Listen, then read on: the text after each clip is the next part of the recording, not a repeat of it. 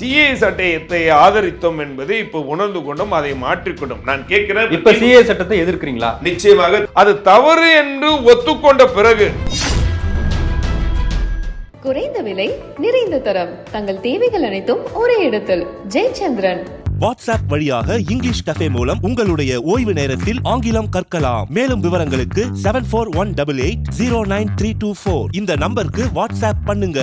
CAA சட்டம் வந்த போது எல்லா போராட்டத்துக்கும் நாங்க அனுமதி கொடுத்தோன்றாரு. அது என்ன பெருந்தன்மையோட சொல்றாரா? நீங்க சட்டத்தை ஆதரிச்சீங்க, அவர்கள் உரிமைக்காக அவங்க போராடுறாங்க அப்படின்ற அடிப்படையில் 42 நாள் சென்னை வண்ணாரப்பேட்டையில ஒரு மிகப்பெரிய இஸ்லாமியர்கள் எழுச்சி போராட்டம் தொடர்ந்து அந்த வண்ணாரப்பேட்டையில போராடிய பெண்கள் மீது தடியடி நடத்தப்பட்டதா இல்லையா? நிச்சயமாக இல்ல, தவறு. நீங்க உங்களுக்கு தெரியாதுன்னு சொல்றீங்க நினைக்கிறேன். யூடியூப்ல வீடியோ எல்லாம் இருக்கு சார், நீங்க பார்க்கலாம். சிறுபான்மை மக்களால் மட்டுமே ஆட்சியில் இருக்கக்கூடிய இந்த அரசாங்கம் சிறுபான்மை மக்களுக்கு இந்த 2 வருஷத்துல ஒன்னும் செய்யல. எந்த வாக்குறுதியும் நிறைவேற்றல இஸ்லாமியர்களுக்கு. ஆனா நீங்களே சொல்றீங்க இஸ்லாமியர்களால தான் இந்த ஆட்சியே நடக்குது, அவங்க தான் ஓட்டு போட்டாங்கிறீங்க. அது எப்படி நடக்குது சார்? ஒரே ஒரு விஷயம் தான், ஒரு காரணம் பாரதிய ஜனதா கட்சி. ஆனா அந்த கூட்டணியை விட்டு வந்ததுக்கு பிறகு நீங்க கள்ள உறவு இருக்குன்னு சொல்றது, கள்ள உறவு யாருக்கு இருக்கு? பாஜகவை எதிர்க்கிற வகையில் என்ன பேசினார் அந்த மாநாட்டில் எடப்பாடி? மோடிக்கு எதிரான நிலைப்பாடு பல்வேறு விஷயங்களை பேசி இருக்கிறாரு. நீங்க நினைக்கிறதெல்லாம் ஜென்ம விரோதின்னு சொல்றீங்களா? அந்த ஜென்ம விரோதியை குறித்து எதிர்த்து ஏன் பேசலன்னு கேக்குறேன். எதுக்கு பேசணுமோ அதுக்கு தான் சார் பேசுவாங்க. என்ன பேசிருக்கீங்க இது வரைக்கும்? ஜென்ம விரோதிங்கிறது அதிமுக இஸ்லாமியர். இந்த 2.5 வருஷத்துல 3 லட்சம் கோடி கடனை வாங்கியிருக்கீங்க. ஏன் மத்திய அரசாங்கத்துக்கிட்ட இணக்கமான சூழ்நிலை உங்களுக்கு வச்சுக்கல? அவர்களும் மாற்றாந்தை மனப்பான்மையோட தமிழகத்தை பாக்குறாங்க. இல்ல, நீங்க இணக்கமான சூழல் வச்சதுனால என்ன திட்டங்கள் வந்துச்சு? நிறைய திட்டங்கள் சொல்லலாம், அடிக்க கொண்டே போலாம். இது ஹைட்ரோ கார்பன், 8 வழிச்சாலை, அதெல்லாம் சொல்றீங்களா? நீங்க சொன்னீங்கல்ல,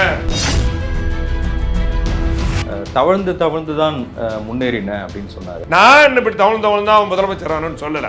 என்னை ஸ்டாலின் பேச்சு இருக்கு, நீங்க கேட்கலாம் சார். நீங்க நீங்க பக்கத்துல இருந்த வேற சொல்றீங்க. என் பக்கத்திலேயே இருந்த நீங்க எல்லாத்துலயும் பார்க்கலாம். அவர் பக்கத்துல இருந்தா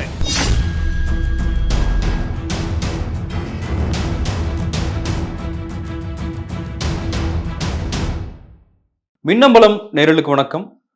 இந்த நேர்காணலில் நாம் சந்திக்க இருப்பவர் அதிமுகவின் செய்தி தொடர்பாளர் திரு ஜவஹர் அலி அவர்கள். வணக்கம். வணக்கம். எஸ்டிபி நடத்திய வெல்லட்டும் மதச்சார்பின்மை மாநாடு, அதில் அதிமுகவின் பொதுச் செயலாளர் திரு எடப்பாடி பழனிசாமி கலந்துக்கிட்டு உரையாற்றினார். சிறுபான்மையினருக்கு பாதுகாப்பு அரணாக இருப்பது அதிமுக தான் அப்படின்னு பேசியிருந்தாரு. அதில் நிறைய விமர்சனங்கள். இவ்வளவு நாள் பாஜகவோட கைகோர்த்து நின்றுட்டு பாஜகவின் பல சட்டங்களுக்கு ஆதரவு தெரிவிச்சுட்டு தேர்தல் சமயத்தில் சிறுபான்மையினருக்கு நாங்கள் தான் ஆதரவு அப்படின்னு சொல்வதை சிறுபான்மையினர் ஏற்பாங்களா? இப்போ நீங்கள் அதிமுகவில் இருக்கீங்க, உங்களுக்கே கூட அது கன்வின்சிங்காக இருக்கா? ஏன்னா இன்னுமே கூட பாஜகவும் அதிமுகவும் ஒரு கள்ள உறவில் இருக்காங்க அப்படின்னு அரசியல் வட்டாரங்களில் பேசப்படுது. நீங்கள் எப்படி பார்க்குறீங்க? அனைத்து இந்திய அண்ணா திராவிட முன்னேற்ற கழகத்தினுடைய கொள்கை கோட்பாடு ஒன்று தான். அதாவது ஜாதி மதங்களுக்கு அப்பாற்பட்டு ஒன்றே குலம் ஒருவனை தேவன் என்கின்ற அடிப்படையில் தான் புரட்சி தலைவர் எம்ஜிஆர் அவர்கள் கட்சியை ஆரம்பித்தார். அந்த அடிப்படையில் தான் அந்த கட்சி வளர்ந்தது. புரட்சி தலைவி அம்மாவனுடைய ஆட்சி காலத்திலும் இஸ்லாமியர்களுக்கு பல சலுகைகளை வழங்கினார்கள், பல திட்டங்களை கொண்டு வந்தார். இஸ்லாமியர்களை தனக்கு பக்கத்தில் வச்சு கட்சியில் பொறுப்பு கொடுத்து அழகு பார்த்தார். தமிழ்நாடு முழுக்க இஸ்லாமியர்கள் அதிகமான அதிமுகவில் தொண்டராக, இன்னும் பல பொறுப்புகளில் தலைவராக இருக்கிறாங்க. அதைத் தொடர்ந்து அம்மாவனுடைய மறைவுக்கு பிறகு மாண்புமிகு புரட்சி தமிழர் எடப்பாடியார் ஆட்சி பொறுப்பேற்றார். இஸ்லாமியர்களுக்கு பல்வேறு திட்டங்களை கொண்டு வந்திருக்கிறார். இன்றைக்கு அவர் பொதுச் செயலாளருக்கு அடுத்தபடியாக இருக்கக்கூடிய பொறுப்புல ஒரு முஸ்லிம் தமிழ்மகன் உசேனையை தான் பக்கத்தில் உட்கார வச்சிருக்கிறார். அவ்வளோ பெரிய முக்கியத்துவம் கொடுத்து அப்படிப்பட்ட ஒரு இயக்கம் என்பது அம்மாவனுடைய மறைவுக்கு பிறகு ஆட்சி பொறுப்பில் இருக்கும் பொழுது அன்றைக்கு ஒரு இக்கட்டான சூழ்நிலை இருந்தது. அந்த இக்கட்டான சூழ்நிலை என்பது மத்தியிலே ஆளக்கூடிய ஆட்சி இணக்கமாக இருந்தால்தான் தமிழ்நாட்டுக்கான நன்மைகள் திட்டங்களை கொண்டு வர முடியும் என்கின்ற ஒன்று. இரண்டாவது, எப்படா இந்த ஆட்சி கவிழும் என்று எதிர்த்து பார்த்து கொண்டிருந்த எதிரிகள், ஆட்சியை எப்படியாவது கவிழ்க்க வேண்டும் என்று கட்சிக்குள்ளே இருந்த துரோகிகள், இவர்களை முறியடிப்பதற்கு மத்திய அரசாங்கத்தினுடன் இணக்கமாக இருக்க வேண்டும் என்ற நிலைப்பாட்டில் பாரதிய ஜனதா கட்சியோட கூட்டணியில் இருந்தாரே தவிர கொள்கை ரீதியாக எந்த விஷயத்திலும் ஒத்துப்போகல. அன்றைக்கு பார்த்தீங்கன்னா அணை பாதுகாப்பு மசோதாக இருக்கட்டும், காவிரிக்காக பல நாள் பாராளுமன்றத்தை முடக்கியதாக இருக்கட்டும், 10% உயர்ஜாதி பிரிவினருக்கு இடஒதுக்கீடு கொடுக்கட்டா இருக்கட்டும், இதெல்லாம் பாரதிய ஜனதா கட்சி கூட்டணியிலே இருந்து கொண்டு எதிர்த்ததும். ஆனால் இன்றைக்கு மக்களுடைய எண்ணங்கள், சிறுபான்மை மக்கள் கடந்த தேர்தலில் 2019 2021 அதிமுகவுக்கு வாக்களிக்கிற, அதிமுக தொண்டர்களாக இருந்து கூட வாக்களிக்கலன்னா அவர்கள் பாரதிய ஜனதா கட்சியை தங்களுடைய ஜென்ம விரோதியா பார்த்தாங்க. ஏன் பார்த்தாங்கன்னா, இஸ்லாமியர்களுக்கு எதிரான பல்வேறு நடவடிக்கைகளை பாரதிய ஜனதா கட்சி கொண்டு வந்தது அப்படிங்கிற எண்ணத்தில். இப்போதும் கூட பாஜக வந்து, அதாவது அதிமுகவை ஆதரிக்கிற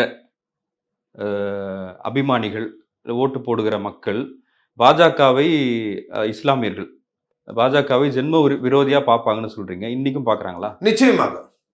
அன்றைக்கும் பார்த்தார்கள், இன்றைக்கும் பார்க்கிறார்கள். அதையெல்லாம் உணர்ந்து, அப்படியானால் பாஜக கொண்டு வந்த சட்டங்களை அதிமுக ஆதரிச்சிருக்குது. ஒரு நான் தான் ஆரம்பத்தில் சொன்னேன், இக்கட்டான சூழ்நிலையில் அதை ஆதரித்தோம். இன்றைக்கு இதனால் மிகப்பெரிய பாதிப்பு கட்சிக்கும் ஏற்பட்டிருக்குது, சிறுபான்மை மக்களுக்கு ஏற்பட்டிருக்கிறது என்பதை உணர்ந்து மாண்புமிகு எங்களுடைய பொதுச் செயலாளர் அண்ணன் எடப்பாடியார் இனிமேல் பாரதிய ஜனதா கட்சியோட ஒட்டும் இல்லை, உறவும் இல்லை, கூட்டணி இல்லை என்பதை தெல்ல தெளிவாக சொல்லிவிட்டார். பலமுறையும் சொல்லிவிட்டார்.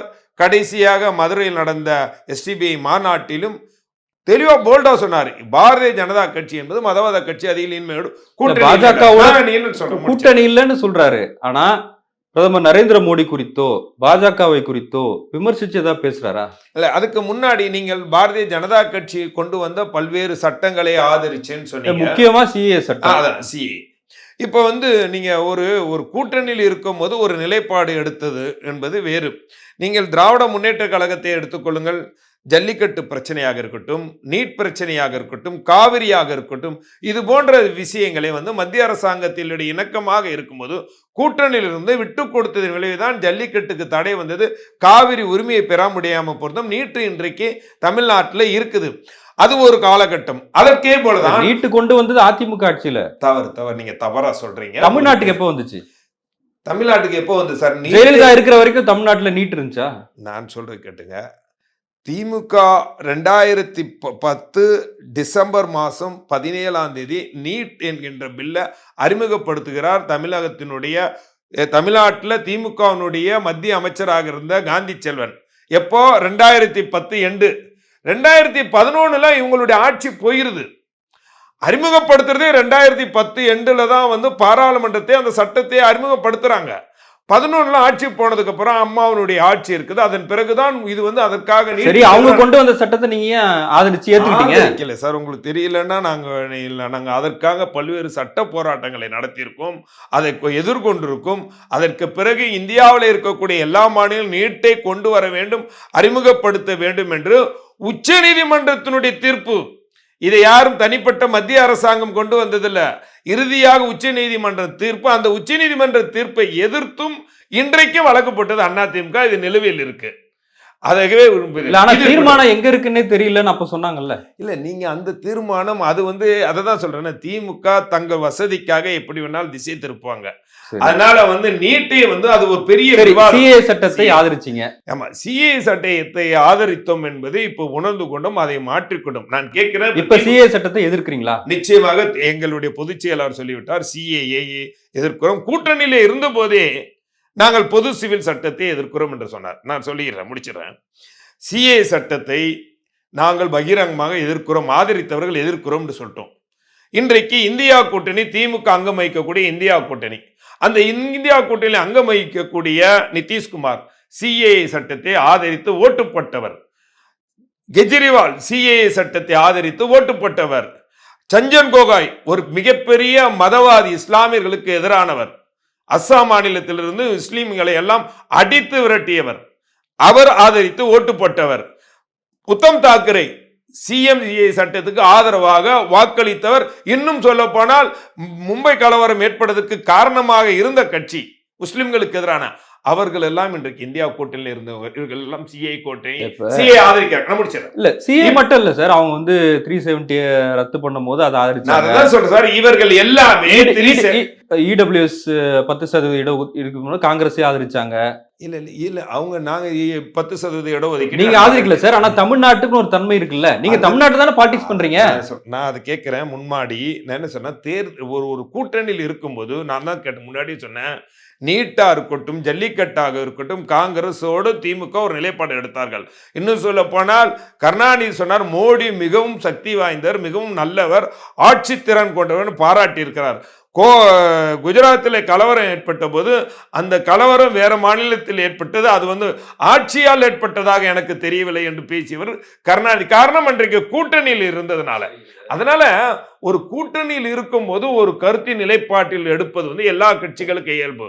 ஆனால் அது தவறு என்று ஒத்துக்கொண்ட பிறகு மீண்டும் மீண்டும் நீங்க சிஏ ஆதரிச்சீங்க, சிஏ ஆதரிச்சீங்கன்னா பாரதிய ஜனதா கட்சி கூட்டணியில இருந்தாங்களா இல்லையா? பொது சிவில் சட்டத்தை 2003 பாரதிய ஜனதா கட்சியோடு இருந்த பொழுது அவர்கள் ஆதரித்தாரா இல்லையா? நீங்கள் இஸ்லாமிய இயக்கத்தினுடைய தலைவர்களை கேளுங்க. அதனால ஒரு நிலைப்பாடு எடுத்து அதை மாற்றிக்கொண்ட பொது சிவில் சட்டத்தை எப்போதும் திமுக ஆதரிக்கல. தவறா சொல்றீங்க. உங்களுக்கு தெரியலன்னா தெரியலன்னு சொல்லுங்க. காமன் மினிமம் ப்ரோக்ராம்ல என்ன சார் இருந்துச்சு? அதெல்லாம் இருந்துச்சு, அப்ப கூட்டணி வைக்கும் போது அதெல்லாம் இருந்துச்சு, அது வேற விஷயம். காமன் மினிமம் ப்ரோக்ராம்ல அதற்கு ஆதரித்து வாக்களித்தவர்கள், பேசியவர்கள், அதுக்கு திமுக வந்து இஸ்லாமியருக்கு துரோகம் பண்ணதே வச்சுக்கோங்க. அதிமுக கோவையிலே கலவரம் ஏற்பட்டு இஸ்லாமியர்கள் கொல்லப்பட்டது எந்த ஆட்சி காலத்துல சார்? அதிமுக இஸ்லாமியருக்கு துரோகம் பண்ணலையான்னு கேக்குறேன். நிச்சயமாக துரோகம் இல்லை, செய்யல. எடப்பாடி பழனிசாமி சொல்றாரு, சிஏஏ சட்டம் வந்த போது எல்லா போராட்டத்துக்கும் நாங்க அனுமதி கொடுத்தோன்றாரு. அது வந்து என்ன பெருந்தன்மையோட சொல்றாரா சார்? ஒரு சட்டம் போராட்டத்திற்கு அனுமதி கொடுப்பது பெருந்தன்மை. நீங்க சட்டத்தை ஆதரிச்சிட்டீங்க, நான் முடிச்சிட்டீங்களா? நான் கேட்கிறேன். சிஏஏ ஒரு சட்டம் கொண்டு வரப்பட்டது. அந்த சிஏஏ சட்டத்தினால் அவர்கள் உரிமைக்காக அவங்க போராடுறாங்க அப்படின்ற அடிப்படையில் 42 நாள் வந்து சென்னை வண்ணாரப்பேட்டையில ஒரு மிகப்பெரிய இஸ்லாமியர்கள் எழுச்சி போராட்டம் தொடர்ந்து. அந்த வண்ணாரப்பேட்டையில போராடிய பெண்கள் மீது தடியடி நடத்தப்பட்டதா இல்லையா? நிச்சயமாக இல்லை, தவறு. நீங்க உங்களுக்கு தெரியாதுன்னு சொல்றீங்கன்னு நினைக்கிறேன். ஆனால் ஸ்டாலின் ஆட்சிக்கு வந்து அதற்கு பாதுகாப்பு கொடுத்து தண்ணீர் வசதிகளை ஏற்படுத்தி முழுக்கமா எந்த பிரச்சனையும் ஏற்படக்கூடாது என்று காவல்துறைக்கு உத்தரவிட்டு எந்த அசம்பாவிதமும் நடக்காமல் பாதுகாத்து கொண்டவர்.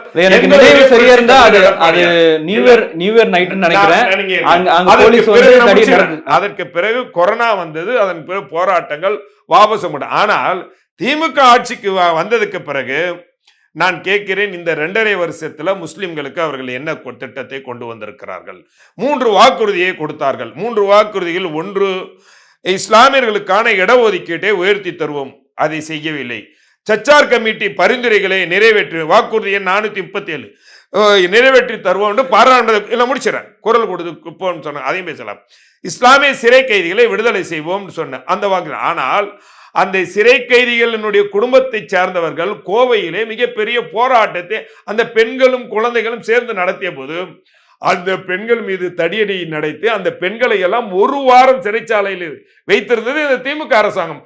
அது போன்ற சம்பவங்கள் அதிமுக ஆட்சி காலத்துல எப்பவும் நடக்கல. இஸ்லாமியர்களுக்கான இடஒதுக்கீட்டை உயர்த்தி தரும் திமுக சொன்னாங்கன்னு சொல்றீங்கல்ல, இஸ்லாமியர்களுக்கான இடஒதுக்கீட்டை தந்தது யாரு? அது உங்களுக்கு வரலாறு தெரியுமோ தெரியாத தெரியல.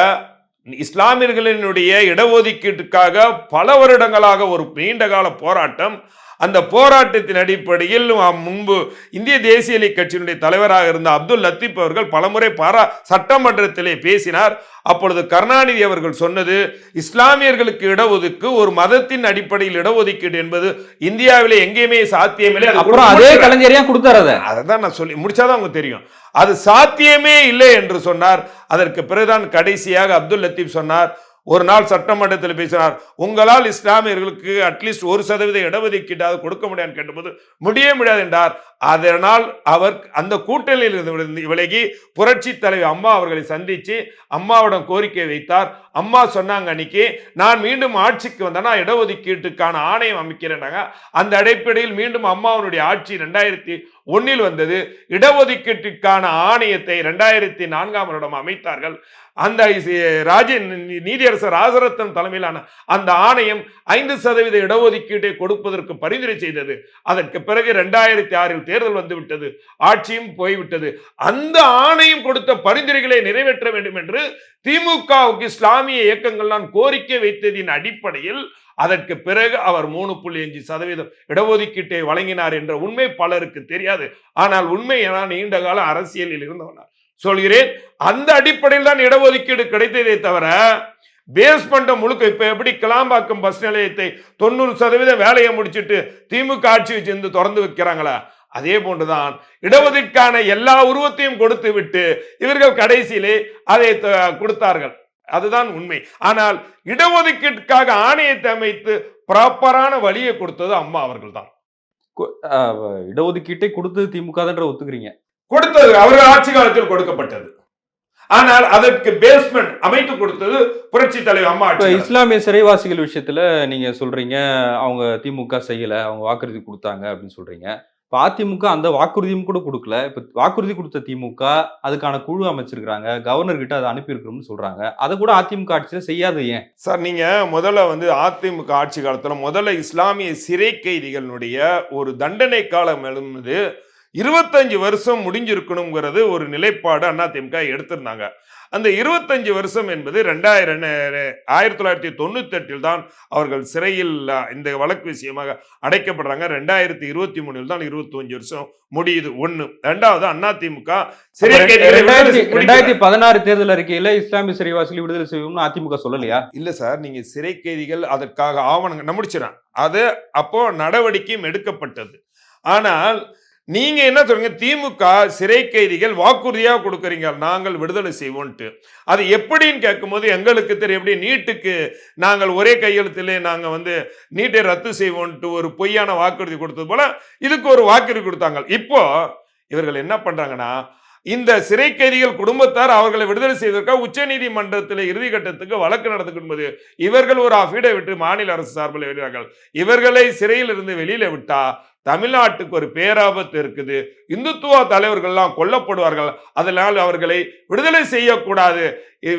அந்த நம்பரோடு சொல்ற 488/22 நம்பரோட போட்டு அவங்க கொடுக்குறாங்க. அதன் அடிப்படையில் அவர்களை ஜாமீன்ல கூட உச்ச நீதிமன்றம் விடல. இதான் உண்மை. ஆனா நீங்கள் இஸ்லாமிய வாக்குகளை எல்லாம் சிறுபான்மை மக்களே வாக்குங்கிய பயன்படுத்தி சிறுபான்மை மக்களால் மட்டுமே ஆட்சியில் இருக்கக்கூடிய இந்த அரசாங்கம் சிறுபான்மை மக்களுக்கு இந்த 2 வருஷத்துல ஒன்னும் செய்யல. ஒண்ணு, சிறுபான்மை மக்களுக்கு கொடுத்த வாக்குறுதிகளை நிறைவேற்றல. ஒண்ணு,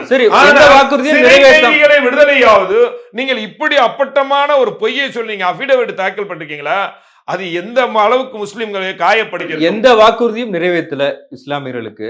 ஆனா நீங்களே சொல்றீங்க இஸ்லாமியர்களால தான் இந்த ஆட்சியே நடக்குது, அவங்க தான் ஓட்டு போட்டாங்கிறீங்க. அது எப்படி நடக்குது சார்? ஒரே ஒரு விஷயம் தான், ஒரு காரணம் பாரதிய ஜனதா கட்சி. பிஜேபி என்கின்ற ஒரு மாயே ஒரு பூதத்தை காட்டி காட்டி காட்டி பிஜேபி இருக்கிறது அதிமுக கூட்டணியில் என்று சொன்னார்கள்.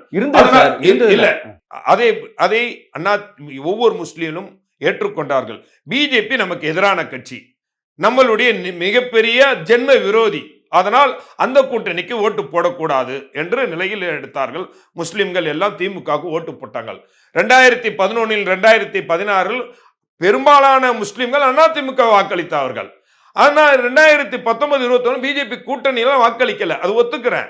ஆனா அந்த கூட்டணியை விட்டு வந்ததுக்கு பிறகு நீங்க கள்ள உறவு இருக்குன்னு சொல்றது, கள்ள உறவு யாருக்கு இருக்கு? பாஜகவை எதிர்க்கிற வகையில் என்ன பேசினார் அந்த மாநாட்டில் எடப்பாடி?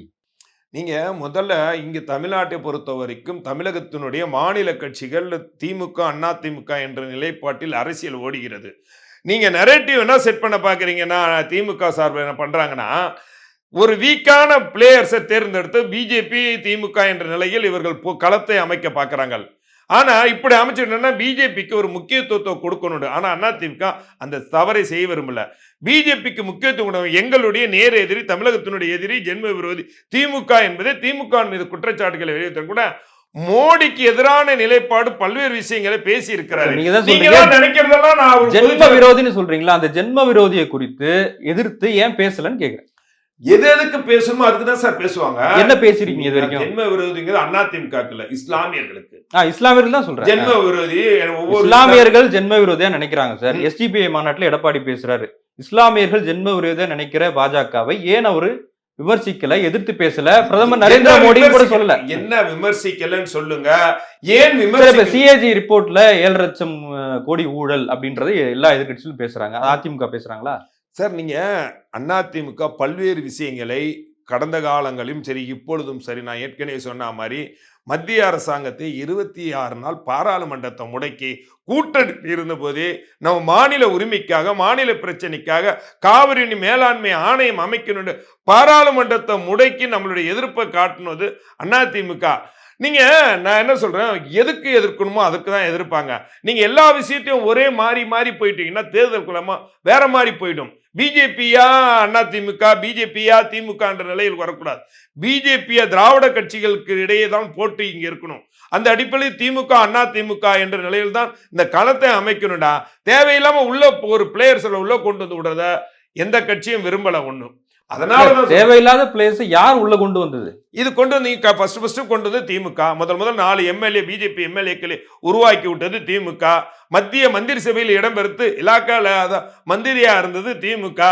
எல்லா சுகபோகங்களையும் அனுபவிச்சது கூட்டணி வைக்கிறதுக்கு முன்னாடியே அதிமுக கூட்டணி வச்சது இல்ல, பாஜகவோட கூட்டணி இருந்தா அது தவறுன்னு ஒண்ணு வெளிவந்தாச்சுல. சரி, வெளிவந்தாச்சுல. இப்ப கூட அது தவறுன்னு சொல்லிட்டு எங்க பூச்சாலும் சொல்றாரு. அது சூழ்நிலையால் ஏற்பட்ட ஒரு சந்தர்ப்பம். தமிழ்நாட்டுல முதலாக பாஜகவோட கூட்டணி வச்சது அதிமுக தான். ஆனா அதற்கு பிறகு 4 எம்எல்ஏக்களை யார் உருவாக்கி கொடுத்தது?